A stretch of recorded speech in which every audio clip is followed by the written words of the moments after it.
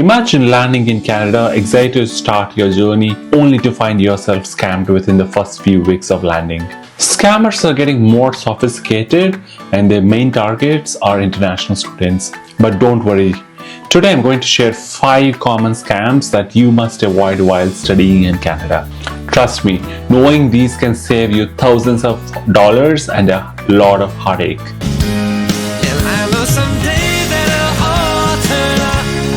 One of the most common scams involves people posing as immigration consultants.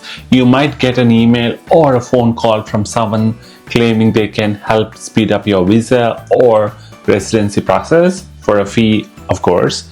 The scammers prey on the complexity of their immigration system, knowing students are eager to stay in the country. And how do you, in such cases, always ensure that any immigration consultant is officially recognized by the ICCRC. Never ever send money to anyone without verifying their credentials. It's so easy to be cheated when you are new, especially into a new country. You probably already started looking for a place to stay before even arriving in Canada, and that's when you may come across beautifully listed apartments with affordable rent. But after sending the deposit, suddenly the landlord disappears, and this scam is rampant, especially around major universities. So in such a scenarios, always try to see the property personally or have a trusted contact check it for you. Never pay any money upfront before signing an official rental agreement. They try to rush you and say that a lot of people are waiting for their chance to look at the property and all of it. Don't fall for those things. A timely warning about rental scams. Some Conestoga College students say they feel manipulated after showing up at an apartment in Kitchener thinking they had secured it to rent, and only to find several others who thought the same thing.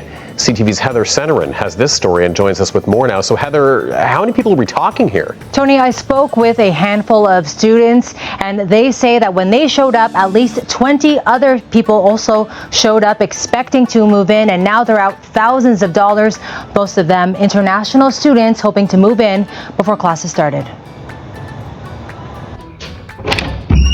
Harsh Patel took this video 2 weeks before he was ready to move into this 2-bedroom plus den apartment on Chandler Drive in Kitchener. There were red flags right away. It was partially furnished, and the person showing him the unit claimed to be living there, but didn't appear to have any of his own belongings in it. There was nothing.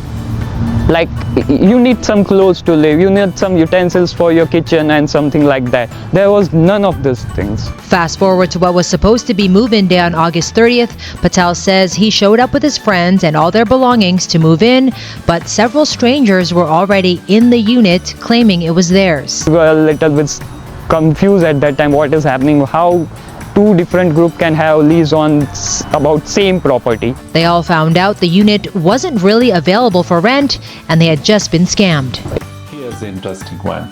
As an international student, you might be eager to find a part-time job to cover your expenses. Scammers know this and might offer you easy jobs with high pay only to ask you for a fee upfront for training or paperwork. Sometimes they send fake checks and ask you to deposit them, only for you to end up owing the bank their money. In such scenarios, the employers will never ask you for money in exchange for a job. They don't ask you to buy gift cards or anything of that sort. Be skeptical of jobs that seem too good to be true. Imagine getting a call from someone claiming to be from the Canadian Revenue Agency, Immigration, or even the RCMP, which are the police.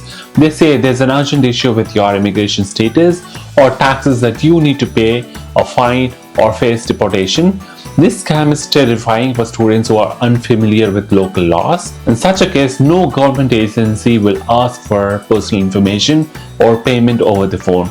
Always hang up and contact the agency directly through official channels to verify. If you owe anything of that sort, they would obviously reach out to you through a mail with a written formal communication. Many students fall trapped to fake scholarships or grants that require a processing fee or personal information. These scams can be convincing, especially when they use official looking logos and government sounding names. In such scenarios, scholarship and grants will never ask for payment upfront.